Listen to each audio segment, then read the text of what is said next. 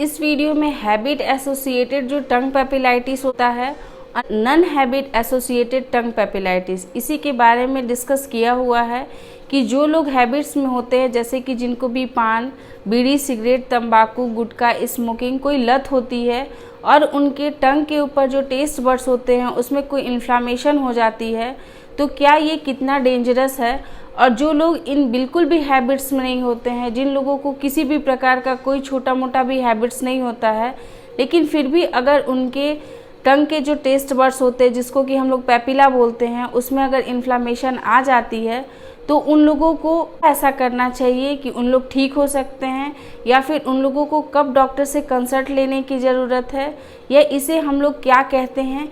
इन सारे चीज़ों के बारे में इस वीडियो में पूरा डिटेल्स में बताया हुआ है, इसलिए इस वीडियो को ध्यान से देखिएगा। ये जो टंग पेपिलाइटिस होता है वो देखने में बहुत अजीब सा लगता है, थोड़ा डेंजरस सा लगता है। इसको देखने के बाद सबसे पहले माइंड में सिर्फ एक चीज़ क्लिक करता है कि कहीं ये कैंसर तो नहीं है, तो इसीलिए आपको पूरी नॉलेज होना ज़रूरी है। हेलो दोस्तों, कैसे हैं आप सब। मैं आपकी डॉक्टर ज्योति पांडे। बहुत सारे लोग, जो लोग हैबिट्स में होते हैं, जिन लोगों को गुटखा, सुपारी, पान, बीड़ी, सिगरेट या फिर स्मोकिंग करने की लत होती है, उन लोगों में अक्सर ये देखा जाता है कि उनके जो जीभ होती हैं वो थोड़ी अलग टाइप की होती हैं एक नॉर्मल लोगों की अपेक्षा। जो जीभ के ऊपर टेस्ट बड्स पाया जाता है पूरे जीभ के ऊपर, उसमें थोड़ी इन्फ्लामेशन दिखाई देती है, उभार दिखाई देती है। इसी को हम लोग टंग पेपिलाइटिस बोलते हैं। ये टंग पेपिलाइटिस जो है, जिन लोगों में हैबिट होती है, उसको हम लोग हैबिट एसोसिएटेड टंग पेपिलाइटिस बोलते हैं। जो लोग सुपारी का सेवन करते हैं, उनके जीभ को अगर आप ध्यान से देखते हैं तो उसमें आपको पूरी जीभ में ब्लैंचिंग, उसके साथ साथ उनकी जो म्यूकोजा होती है उसमें भी आपको ब्लैंचिंग दिखाई देती है, सफ़ेद सफ़ेद दिखाई देते हैं जीभ। और कभी कभी ऐसा होता है कि जीभ का कोई एक ऐसा पार्ट होता है जहाँ पे बहुत ज़्यादा रेडनेस हो जाती है, बहुत ज़्यादा इन्फ्लामेशन दिखने लगता है, वो अलग से ही आपको जीभ में दिखने लगेगा। वहाँ पे पेशेंट को कभी कभी बर्निंग सेंसेशन फील होता है, कभी बर्निंग सेंसेशन बिल्कुल नहीं होता है। किसी एक पॉइंट पे उन्हें प्रिकिंग पेन स्टार्ट होता है। प्रिकिंग पेन का मतलब थोड़ा सा चुभने जैसा महसूस होगा, एक जगह स्टार्ट होगा, उसके बाद वो जीभ के कुछ पार्ट्स में देखने को मिलते रहता है कि कुछ यहाँ पे प्रिकिंग पेन हो रहा है, फिर कभी अलग जगह पे दिखाई देता है। तो इसे हम लोग early onset of Narwal disease बोलते हैं। कभी भी अगर जीभ में कोई भी पेपिला में अगर इन्फ्लामेशन होता है, अगर उसको हैबिट एसोसिएटेड अगर टंग पेपिलाइटिस हुआ है, तो उसको देख करके बहुत ज़्यादा नर्वस होने की ज़रूरत नहीं है कि ये कैंसर तो नहीं हो जाएगा। कैंसर होने के लिए कॉजेटिव फैक्टर्स ज़रूरी है। कॉजेटिव फैक्टर्स कोई भी हो सकते हैं, वो ट्रॉमा हो सकता है, वो आपका जो हैबिट है वो हो सकता है, या फिर आपकी इम्यूनिटी भी हो सकती है। लेकिन ये नहीं कहा जा सकता है कि हर टंग पेपिलाइटिस जो है वो कन्वर्ट होता ही है कैंसर में। उसके बहुत ही नेग्लिजिबल चांसेस होते हैं कैंसर में कन्वर्ट होने के। इसीलिए अगर कोई हैबिट एसोसिएटेड है, कोई हैबिट में है, और अगर उसको प्रिकिंग पेन, बर्निंग सेंसेशन और उसको टंग में अगर इन्फ्लामेशन अगर होता है, तो उसको early onset of Narwal disease के अंतर्गत रखते हैं। और जहाँ से ये प्रिकिंग पेन जो है वो स्टार्ट होता है, जहाँ से वो स्टिमुलेट होता है, वहाँ पे उसको उस ऑब्जर्वेशन में रख करके उसके ट्रीटमेंट को किए जाते हैं। बहुत सारे ऐसे पेशेंट हैं जिसको कि इसके अंतर्गत रख करके उसको ठीक किया जा सकता है आसानी से। इसमें बहुत ज़्यादा टेंशन लेने की बात नहीं होती है, बस आपको ज़रूरत होती है अपने माइंडसेट को सही रखने की कि आपको कोई प्रॉब्लम नहीं है। क्योंकि ऐसा एक साइकोलॉजी बताता है कि अगर आपको कोई प्रॉब्लम नहीं है और आप अगर अननेसेसरी बहुत ज़्यादा टेंशन लेते हैं, तो आप में जो स्ट्रेस का हार्मोन होता है वो इतना ज़्यादा बढ़ जाता है कि कोई भी बीमारी होने के जो चांसेस होते हैं वो पहले की अपेक्षा 90 to 92% केसेस जो हैं वो बढ़ जाते हैं। तो इसीलिए बार बार मिरर को देखना बंद कीजिए।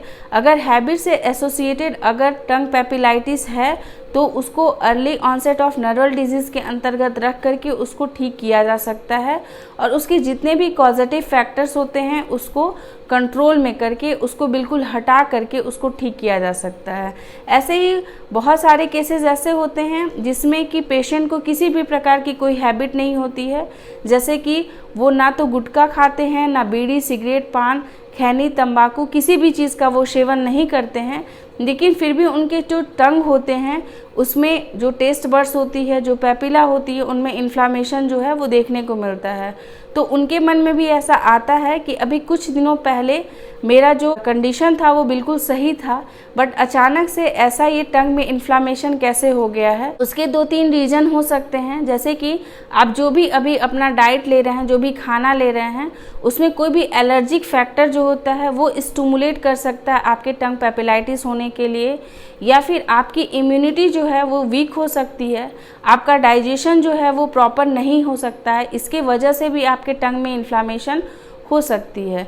बहुत सारे जो केसेस होती हैं ये देखा गया है कि मेल की अपेक्षा फीमेल के जो रेशियो होते हैं टंग पेपिलाइटिस होने के वो थोड़े कम होते हैं, क्योंकि ये हैबिट से एसोसिएटेड नहीं होते हैं। बहुत सारे जो महिलाएं होती हैं वो बहुत ज़्यादा गुटखा, पान, बीड़ी, सिगरेट, तंबाकू इन सारे चीज़ों से थोड़ा अलग होते हैं।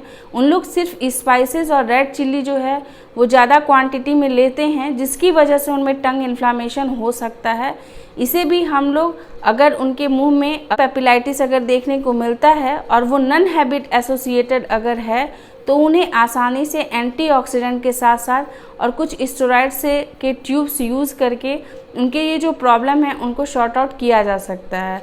अक्सर ये देखा जाता है कि जो नॉन हैबिट एसोसिएटेड टंग पेपिलाइटिस होते हैं वो पीछे वाले पेपिला में, जिसको कि हम लोग फॉलिएट पेपिला बोलते हैं, वहाँ पे ज़्यादा होता है, क्योंकि वहाँ पे मोलर्स होते हैं और मोलर्स की जो कस्प होती हैं, जो उनके जो चबाने वाले जो भाग होते हैं वो थोड़े शार्प अगर ज़्यादा हो जाएंगे तो वो जो टेस्ट बड्स होते हैं, जो पेपिला होते हैं, उसको बहुत ज़्यादा इरिटेट करते हैं, जिसकी वजह से वहाँ के जो इन्फ्लामेशन होती हैं पेपिला में वो ज़्यादा होने लगती हैं।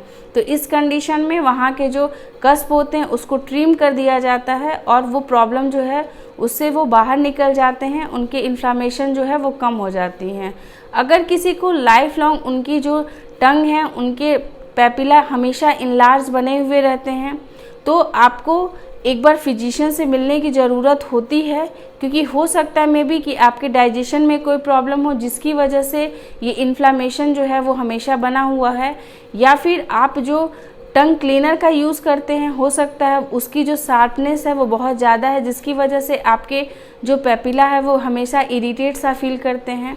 तो अगर आप हैबिट एसोसिएटेड अगर आपको टंग पेपिला है या फिर नॉन हैबिट एसोसिएटेड टंग पेपिला है, दोनों ही कंडीशन में आपको हमेशा डॉक्टर से मिलने की ज़रूरत होती है और हमेशा डॉक्टर से मिलते रहना चाहिए कि ये जो कंडीशन है वो कितने दिनों में ठीक होगी, या फिर ये एक आपके टंग की एक नॉर्मल सी फिजियोलॉजी है, ये ऐसे ही रहेगी, क्योंकि हर जो ओरल कैविटी है वो बिल्कुल अलग अलग होता है। अगर किसी का टंग एकदम स्मूथ है तो ज़रूरी नहीं है कि दूसरा जो हेल्दी पर्सन है उसके भी टंग बिल्कुल स्मूथ हैं, वो रफ़ हो सकते हैं। ये सारे जो बनावटें होती हैं ओरल कैविटी की वो अलग अलग टाइप की होती है। तो कभी भी दूसरे के टंग को देख करके कंपैरिजन मत कीजिए, या कोई भी अगर आप फ़ोटोज़ देख करके ये मत अपने आप से एज्यूम कर लीजिए कि आपको कोई बहुत बड़ी प्रॉब्लम हो गई है, जब तक कि आपको डॉक्टर जो है वो कंफर्म नहीं करते हैं। तो इसीलिए अननेसेसरी स्ट्रेस जो होता है वो आपके बीमारी को खुद आगमन देता है, खुद आमंत्रण देता है, इसीलिए आपको डरना नहीं है। हर 6 महीने पे डेंटल विजिट करते रहना है। टंग पेपिलाइटिस कभी भी कैंसर में कन्वर्ट नहीं होता है, सिर्फ उसके लिए ट्रॉमेटिक फैक्टर्स और कुछ पॉजिटिव फैक्टर्स जो हैं, जो कि ड्रिंकिंग है, स्मोकिंग है या फिर बिटर नट च्यूइंग है, ये नहीं होने चाहिए। अगर ऐसा कुछ है तो आप उसको बिल्कुल क्विट कर दीजिए, तो आपके जो होने के चांसेस हैं कैंसर वो बिल्कुल ही ख़त्म हो जाते हैं। बहुत सारे लोगों के मन में ये आता है कि अगर हम ट्रीटमेंट ले रहे हैं किसी भी बीमारी का, अगर हमको फॉलिएट पेपिलाइटिस है और हम उसका ट्रीटमेंट ले रहे हैं तो कितने प्रतिशत चांसेस होते हैं कि अब हमको कैंसर नहीं होगा।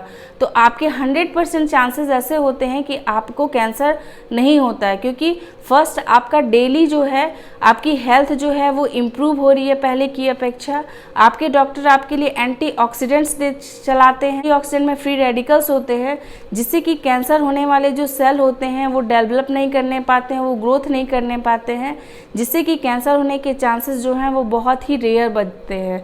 तो इसीलिए अगर आप ट्रीटमेंट स्टार्ट कर लेते हैं तो बिल्कुल फेथ के साथ रहिए कि हर दिन आपकी हेल्थ जो है वो इम्प्रूव हो रही है और आपको बिल्कुल भी टेंशन नहीं लेना है।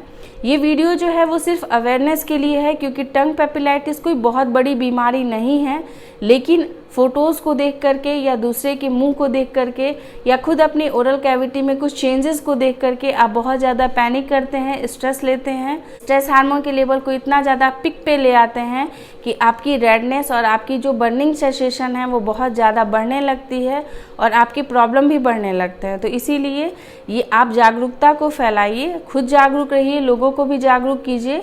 और अगर आपको ऐसा कुछ भी लगता है तो आप अपना डेंटल विजिट कीजिए, अपने नियर डेंटिस्ट जो हैं उनसे समय समय पे मिलते रहिए और अपने प्रॉब्लम को सॉल्व करते रहिए। अगर आपके मन में कोई भी क्वेश्चन रहा हो तो कमेंट बॉक्स में कमेंट कीजिएगा, बहुत जल्द इसका आंसर करेंगे। और अगर वीडियो अच्छा लगे तो प्लीज़ इसे लाइक कीजिएगा, अपने फैमिली और फ्रेंड के साथ इसे शेयर ज़रूर कीजिएगा। ऐसे ही इन्फॉर्मेटिव वीडियोज़ आपके साथ हमेशा शेयर करते रहेंगे, लाते रहेंगे नए नए वीडियोज़। तब तक के लिए अपना ख्याल रखिए, अपने आसपास के लोग का ध्यान रखिए। Take care, bye bye.